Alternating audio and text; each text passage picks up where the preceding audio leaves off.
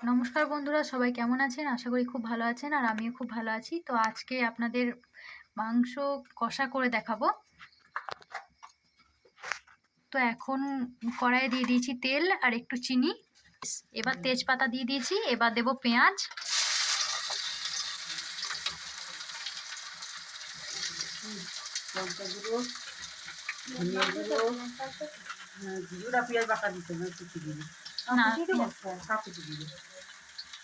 পেঁয়াজ কুচিটা দিয়ে দিচ্ছি। ভালো করে পেঁয়াজগুলো লাল লাল করে ভেজে নেব। যতক্ষণ না পেঁয়াজটা বাদামি বাদামি কালার আসছে ততক্ষণ এভাবে নাড়তেই থাকতে হবে। পেঁয়াজটা এভাবে ভালো করে নেড়ে নিতে হবে যাতে লাল লাল করে ভাজা হয়। তো পেঁয়াজগুলো বাদামি কালার হয়ে গেছে, এবার দেবো মশলা। তো এখন দিচ্ছি রসুন বাটা আর এটা হচ্ছে আদা বাটাটা। এবার ভালো করে মিক্স করে নেব। অনেকক্ষণ ধরে নাড়াচাড়া না করলে গন্ধটা মজা হয়, ভালো করে নাড়াচাড়া করে নিতে হবে। একটু জল দিয়ে ভালো করে কষিয়ে নিতে হবে। একটু জল দিয়ে ভালো করে কষিয়ে নেওয়ার পর মশলা দিয়ে দেবো। তো এখানে আছে গুঁড়ো মশলা, কাশ্মীরি লঙ্কা গুঁড়ো, জিরে গুঁড়ো, ধনে গুঁড়ো আর হলুদ গুঁড়ো। এটা আমরা এখন দিয়ে দিচ্ছি। ভালো করে কষিয়ে নিতে হবে। এরপর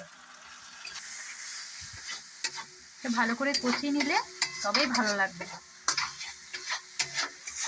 তো কালারটা কীরকম এসেছে দেখুন। এটা ভালো করে কষিয়ে নেওয়ার পর এরকমই একটা কালার আসবে, বেশ লাল লাল। দেখুন এরকম তেল ছাড়বে মশলার গায়ে থেকে, তখন বুঝতে পারবেন যে মশলাটা কষানো হয়ে গেছে। তো এবার দিয়ে দিচ্ছি মাংসটা। মশলা ভালো করে কষানো হয়ে গেছে, মাংসটা এবার দিয়ে ভালো করে কষিয়ে নিতে হবে। দিয়ে দিচ্ছি স্বাদ মতো লবণ। তো বন্ধুরা দেখুন, ঠিক এইভাবে কষিয়ে নিতে হবে যেন মাংস থেকে জল ছাড়ে এবং এই জলেই মাংসটা সিদ্ধ হয়ে যায়। মাংসটা কষানো হয়ে গেছে, এবার মাংসটা সিদ্ধ করার জন্য একটু 1 কাপ জল দেব। তো বন্ধুরা আমাদের মাংস রান্না কমপ্লিট। তো দেখুন কি সুন্দর কালারটা এসেছে। যদি আপনাদের ভালো লেগে থাকে তাহলে আপনারাও এরকম করে ট্রাই করে দেখতে পারেন বাড়িতে। আর আমার ভিডিওটা যদি ভালো লেগে থাকে তাহলে অবশ্যই ফলো, সাবস্ক্রাইব এবং লাইক কমেন্ট করে দিন। আবার আসছি পরের ভিডিওতে।